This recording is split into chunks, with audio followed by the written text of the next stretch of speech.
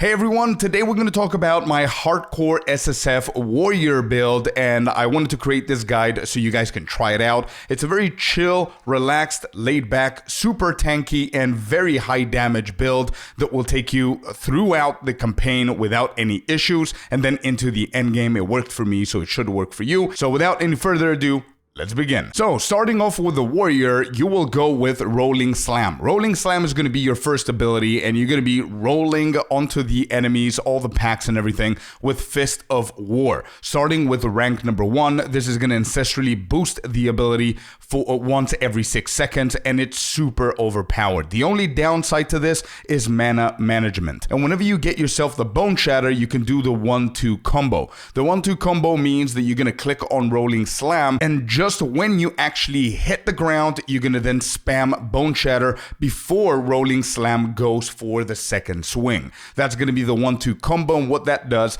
is the first hit of Rolling Slam is going to hit the enemies for around 70, 80, 90% of their health, and some of those enemies are going to be prone for a stun, which means it's going to open the opportunity for Bone Shatter to deal an AoE mass damage and just kill everything within that pack. The full support gems that I went for a couple of levels are Fist of War rank 1, as I said, and rapid attack, so we can be able to do it a little bit more often, a little bit quicker. And for Bone Shatter, just brutality rank 1, and it's something we're going to be using later on as well, so you're not actually going to be wasting this for nothing. And don't forget, it's SSF, so everything matters, right? Hey, before we proceed, hear me out. Instant Gaming has some insane discounts up right now. You can grab Arc Raiders for under $35, which makes it 25% off. And V-Rising is sitting at a 80% discount, so it's less than $10. They also have games like Wu-Chang Falling Feathers heavily discounted.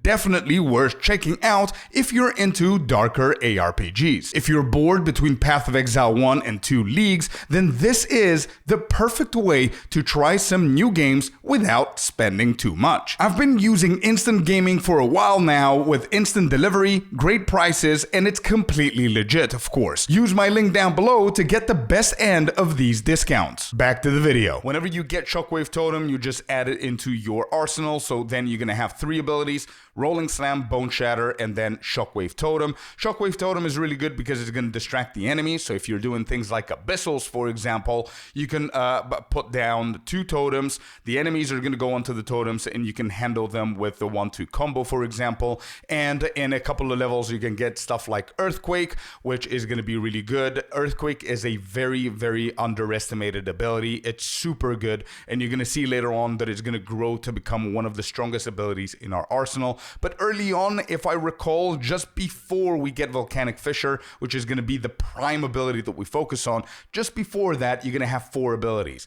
Rolling Slam, Bone Shatter for the 1-2 combo, Shockwave Totem for extra damage and distraction, and Earthquake, so you can add the Earthquake on top of the totem so you can deal even more damage whenever they're distracted. So those 4 are going to be your prime abilities that you're going to be using for bossing, for stuff like that, and honestly, it's quite good. So for the Shockwave Totem, you can go for things like Overabundance rank 2 in the beginning, and let's say Urgent Totems rank 1 or 2, whatever you can afford in the beginning. It's SSF, so it doesn't matter what you can afford. Try that because it's going to give you a faster totem release and stuff like that. It's going to make it a little bit easier. And for Earthquake, just Magnified Area rank 1 is going to work just fine, and Prolonged Duration if you have the extra support gems. That is covering the early stages of this build, so you don't have any issues whatsoever. Now I'm going to go to the second phase, which is assuming that you got into higher level and now you can get all of the other abilities. Your arsenal and everything is going to change quite significantly. The second you get yourself Volcanic Fissure with the totem and Earthquake and stuff like that, you will then stop using the Bone Shatter and the Rolling Slam technique. You're going to go simply into our next combo, which is Shockwave Totem, Volcanic Fissure, and vice versa with Earthquake and all that good stuff. So for Shockwave Totem, the full support gems, all 5 of them in the necessary order that I went for, are going to be things like Overabundance rank 2, Urgent Totems 3, Font of Blood, which is very important for Hardcore, is it's going to leech some life whenever you're closer to the totems, which is good. Then you can go for Brutality rank 3 later on, because this is going to give you so much power with your totems, and it's going to tie nicely to what you're going to be getting in the Ascendancy. We're going to talk about that in just a second. And you're going to finish things off with Heft. The prime ability here that's going to be dealing a ton of AoE damage is Volcanic Fissure. So Volcanic Fissure, you're going to hit the ground, it's going to convert 80% of your physical damage to fire damage, and whenever you hit the ground, it's going to branch multiple different molten fissures to the ground, which they're going to emanate damage and constantly deal damage to the enemies. But how they do that is through the totem. Every single time that the totem pulses on the ground, it's gonna keep enabling the fissures to go out and deal even more damage. That's why the combo there, it's so good. So for Volcanic Fissure, we're gonna go for Elemental Armament 2, we're gonna go for Fist of War rank 2, then Rage 2, and finally Fire Attunement. This is the priority I went for. For Earthquake, you're going to stick to Magnified Area 2, Prolonged Duration 1, and Persistent Ground 1. Whenever you get yourself a third or a fourth Lesser Jeweler Orbs, I would personally go for either Volcanic Fissure or Shockwave first, then either Volcanic Fissure or Shockwave second, and then you can either do Earthquake and finish with that,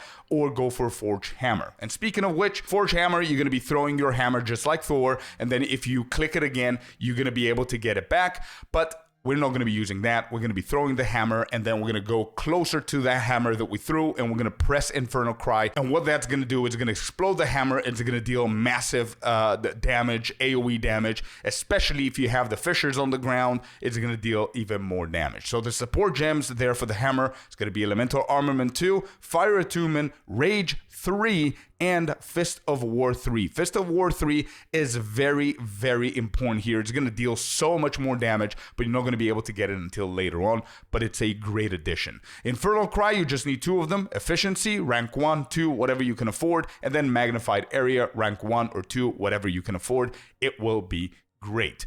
Then the only aura we're going to be using is going to be Scavenged Plating. Scavenged Plating is so broken for Hardcore SSF. It's absolutely great. What it does in a nutshell, so we don't need to read all of that. Whenever you're breaking armor, whenever you're fully breaking armor, you're going to be stacking a buff that's going to be giving you even more armor, which is great. And you're going to get to the point with the Ascendancy and all that, where you're going to be stacking so much that it's going to be 100% uptime, which is great. And the support gems we're going to go for, all of them are using Spirit. That's why we don't have any other auras. You're going to go for Cannibalism for 2% maximum life, Vitality for regeneration of maximum life, and then Herbalism for the recovery of the life flask, because that's pretty important to us. All of them here are rank 1. If you can afford rank 2, if you have Spirit on the chest or whatever the case is, then you could do that. But that's the entirety of the kit, apart from one ability that I didn't mention because it ties well to the Ascendancy, which we're going to go for, which is Ancestral Spirits. The second you get your first trial and you do your first 2 points, you want to go for Answered Call. This is going to increase the amount of totems that you can lay down, and the most important thing, which is what I would say the moment where this build goes fully online and you just sit back and relax, is whenever you get yourself Answered Call, because this is going to trigger Ancestral Spirits. What I call them are my bodyguards. They're going to be 3 or 4 types of minions, allied minions. They're going to be spawning from your totems, dealing damage, giving you buffs, giving you defense, crazy stuff. There's like a big Yeti, I would say almost a gorilla-like dude that comes out that increases your damage. There's another Guardian that increases your speed. There's a turtle that increases your defense.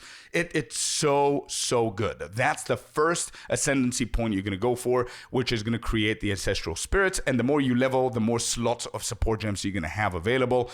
The ones you can go for, starters, is Magnified Area 2 with Pin rank 3 and Calling Strike rank 2. And if you get a 4th one here, you can go for things like Maim, for example. This is going to help out too. You can go for Blind if you want to, but we're going to use that for utility, and they deal so much damage. They're going to really save this build moving forward. Now, for the rotation, it's pretty straightforward. For mapping, you're just going to be laying down totem after totem into Volcanic Fissure, a little bit of Earthquake, keep walking, another totem here, another totem there, just distract them from multiple sides, hit them with Volcanic Fissure, and that's basically it. For bossing, you need to set it up a little bit better. So you you want to place down your totems into Earthquake, and then whenever the boss is up, you want a Volcanic Fissure 2 or 3 times, and then you want to throw a Forge Hammer into Infernal Cry on the boss and repeat the process if they haven't died. But that's basically it. We're pretty tanky, pretty good damage there, especially later on. You scale really, really nicely. And yeah, it's a pretty cool build. And speaking of the build, let's go and see the passive tree and what I've done with it. And as I said, the first 2 points, we're going to go for Answered Call. The other 2 points, so your third and fourth point, I went for Anvil's Weight. This is what's going to keep your Scavenge plating to 100% uptime. Really important to get it second, not first, second. Then if you manage to go to endgame and you push around tier 6 to 8 or something like that, even 10 maybe, so you can comfortably do your third Ascendancy, then you can go for Jade Heritage, which is going to give you even more defense. But yeah, I'm not going to go into every single node, but what we've done here is we paired weapon set 1 and 2, and I want to explain that real quick. But you're gonna see a very basic notes here, going for full-on defense as much as we can with Relentless. We're gonna go Blade Catcher. This is very important to get it as early as you can because it's gonna defend against a critical hit, so you don't have any issues with bosses. We're gonna go for Beef. We're gonna go for things like Crushing Verdict for the attack damage. We're gonna go for Brute Strength because we're gonna be stacking our strength and getting more damage throughout with the strength that we're stacking. So the more you progress in the game, the more strength you get, the more damage you get naturally because of brute strength. Blood magic is the second reason and the second point, I would say a checkpoint almost, where the build goes online. The first one is whenever you're doing the Ascendancy with the Spirit Guards, as I said, and the second moment is the blood magic. Blood magic takes away the mana and converts all of your skills into life cost. The second that you are able to go here and be able to sustain your life and not actually drop to a significantly bad percentage of your life is the moment that this build goes even further online, because you could just speed through everything. I remember the first time I tried it and I didn't like it because I didn't have any life regen. Then I went, I took it off. Then I went back again to blood magic a couple of levels afterwards. I didn't like it. And then the third time that I did that, I managed to collect enough life leeching and life regen in my on my gear to the point where blood magic was actually possible, and then that was it. It was so quick compared to what I was doing before with all of the mana management and mana regen I had to find and all that stuff. The only tip I have is make sure that you have a ton of life leeching, life per second, life per enemy killed, life regen, anything of these four that you can get your hands on the gear. Whatever you could do it, because that's going to be the important part in order for you to be able to roll with blood magic. Weapon set 1 for me is totem management. You're going to see a lot of skill speed, physical damage, totem attack speed, totem cast speed, totem damage. All of that good stuff is going to be on my weapon set 1. And then all of the fire damage and increased ancestrally boosted or flammability magnitude on all the green stuff, fire damage, etc. is going to be weapon set 2. Whenever you use your totem, it's going to count these nodes, and whenever you switch to weapon set 2, your totems are still going to be dealing increased damage because you placed it whenever you were switched to weapon set 1. So Shockwave Totem was the only one, if I recall correctly, at slot number 1. Volcanic Fissure is definitely slot number 2. Earthquake is definitely slot number 2. We have Forge Hammer as slot number 2 for sure. Infernal Cry as well, and then that's basically it. For the jewels, I was pretty lucky with a few of the jewels, but what we were aiming for are things like this: flammability magnitude, damage penetration, 1 rage on melee, and defense from the shield, stun buildup, global physical damage, 15 increase melee damage, and then life leech. And the third one is armor, life regen, block chance, and totem placement speed. Last but not least, we've got the gear, and there's not much to talk about here because it's SSF, but I'm just gonna cover the overalls. So resistances were priority number 1, life was priority number 2, and then armor, the base stat armor was my priority number 3, and then 4, it would be armor that also applies to elemental damage, as you can see I've got on my chest piece here. So if we go through my entire gear, you're gonna see that it's basic stuff again.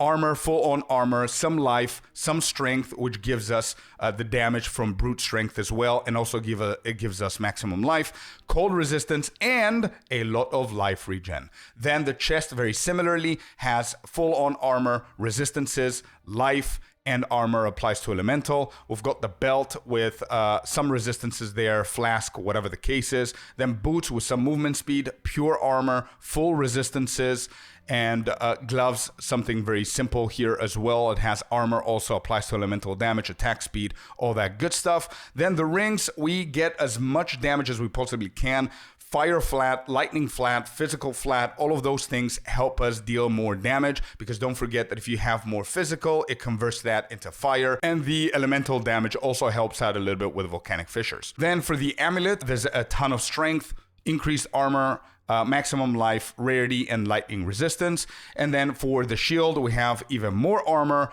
and resistances and life as always. And then the weapon, we're getting as much physical damage as we can with, if we can get some fire, good, attack speed, good. And if you can get like life leeching or anything like that, that would work like a charm. Anyway, that was it for me today. Hopefully you guys enjoyed that. I am planning on doing more hardcore SSF content in 0.4. If you guys, I don't know if we have people in the community that play hardcore SSF, but if we do, let me know in the comments down below if it's something that you want us to engage a little bit more in 0.4 and do some build guides and find like crazy cool builds that we're gonna be able to complete hardcore SSF in 0.4. But I'm really looking forward to see what you guys think about this build as well. And yeah, thank you very much for watching. Don't forget to like and subscribe. It really helps the channel grow. And as always, I'm gonna see you guys on the next one. Thank you very much and peace out.